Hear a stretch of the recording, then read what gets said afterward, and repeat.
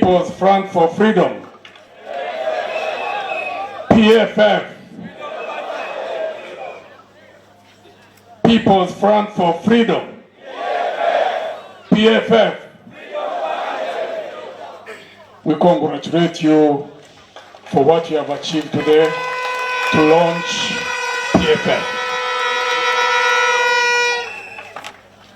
The struggle for freedom is a permanent and continuous process. It's unfortunate that today the party is being launched. First, we thank you for inviting us. It's unfortunate today we do not have our colleague in the struggle, our brother, the colleague leader, Dr. Kano Chiza Besigye.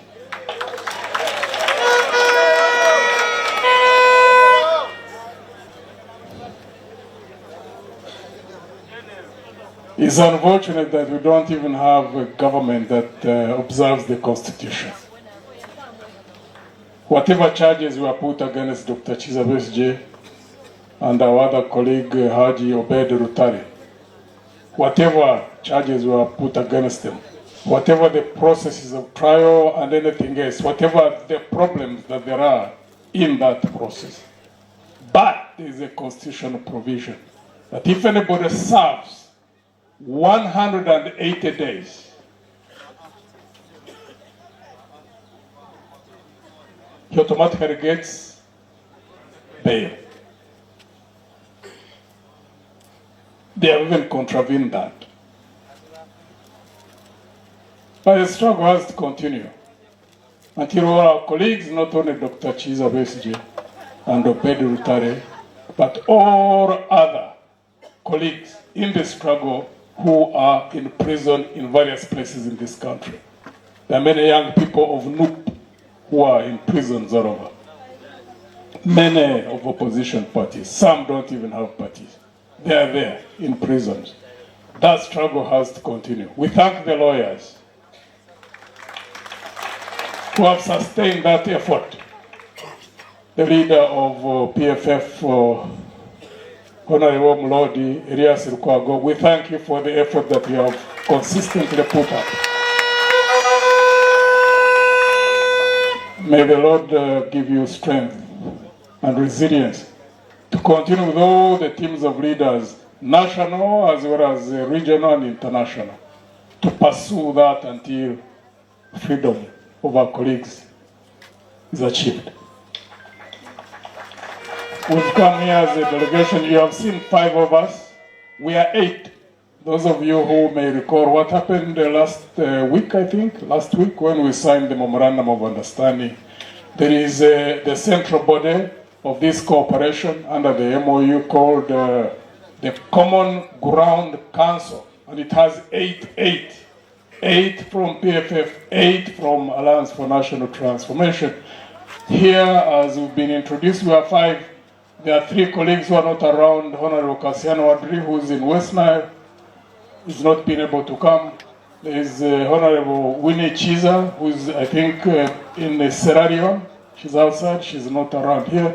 And the 8th one is Ambassador Ide Sempala, who is not here. Our apologies on their behalf.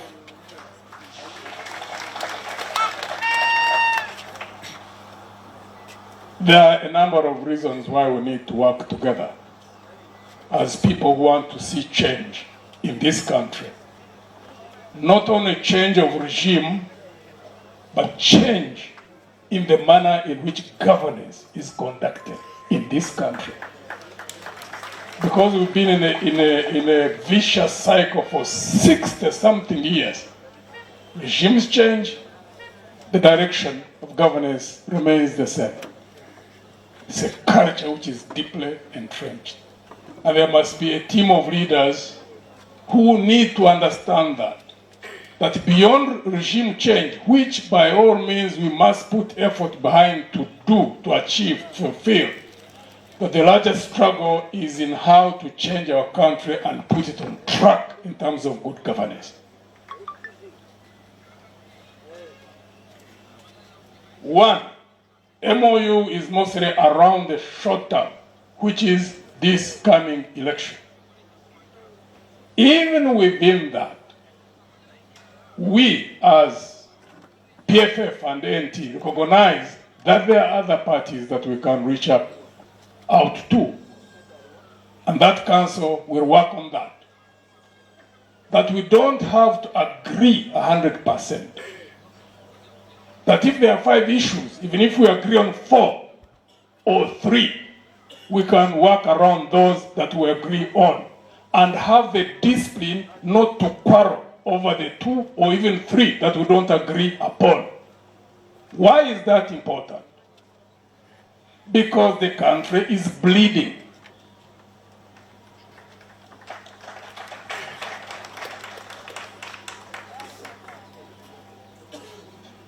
Many of you are young here, even by demographics in the country. Under 35 are 75%. So many of you did not have the misfortune of going through turmoil that we've gone through as a country. It's not only Uganda. When politics goes off track, a lot of wrong things can happen. I can give an example of a country which is unique on this continent. In fact, we have our troops there. Somalia. Somalia are literally the same people. They speak the same language. They are culturally the same. In terms of religion, 99 point something are Muslims. So they don't even have religious differences in Somalia. But they broke down. So their breaking down was not because of strife, religious strife, nor was it ethnic strife. Their strife originates from clans. You can imagine. Clans.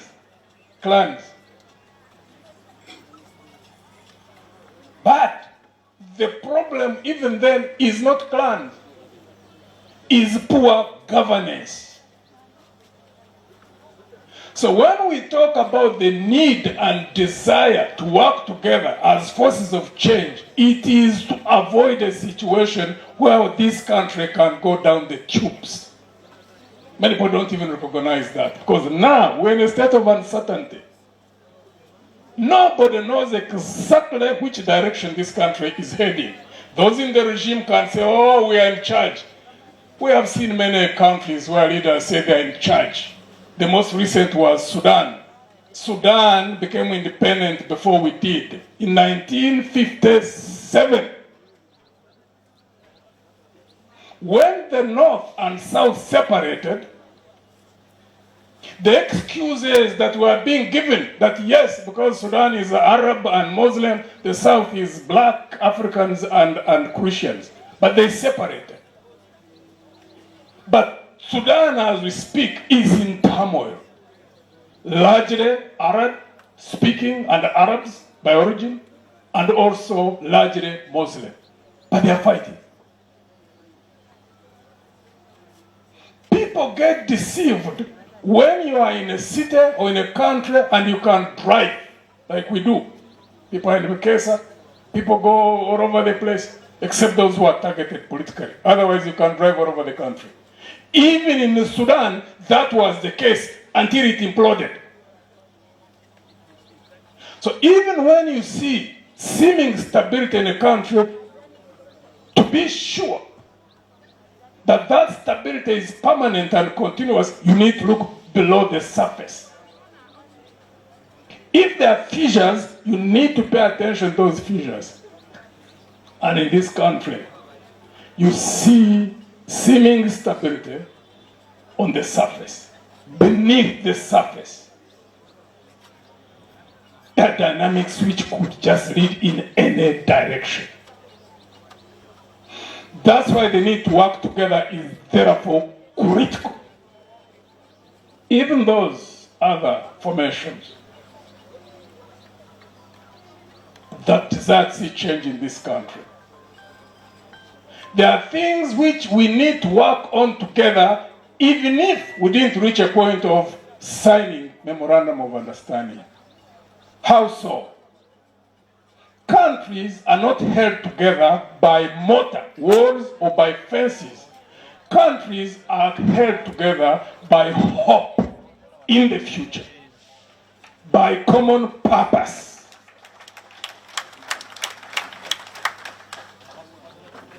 Don't lose sight of that. Because in a situation where countries implode, the ruling party is normally the one which implodes, and it implodes with the state. In that situation, there needs to be people who may not necessarily be part of governance, who are outside but speak the same language. What holds the people together is the common language of hope.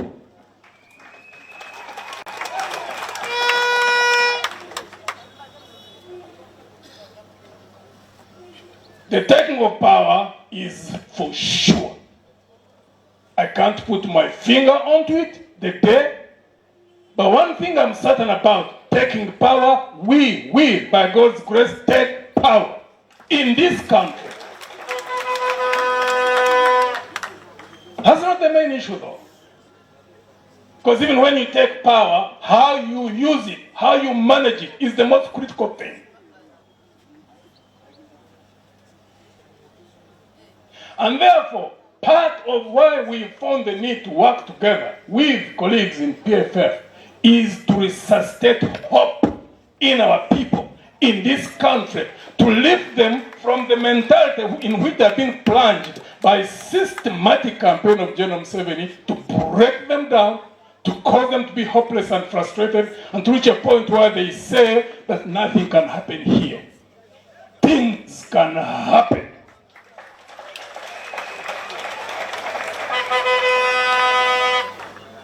Because though General Museveni, certainly as a sitting president, he holds power over the army, security services,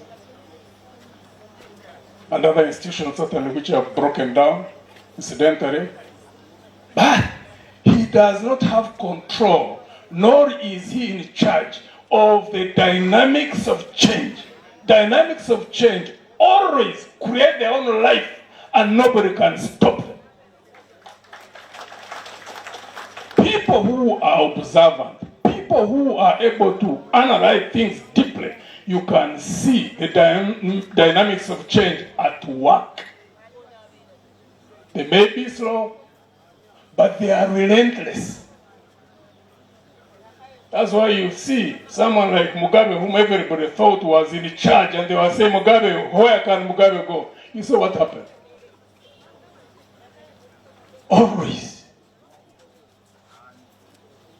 And therefore, we thank God that we are able to regroup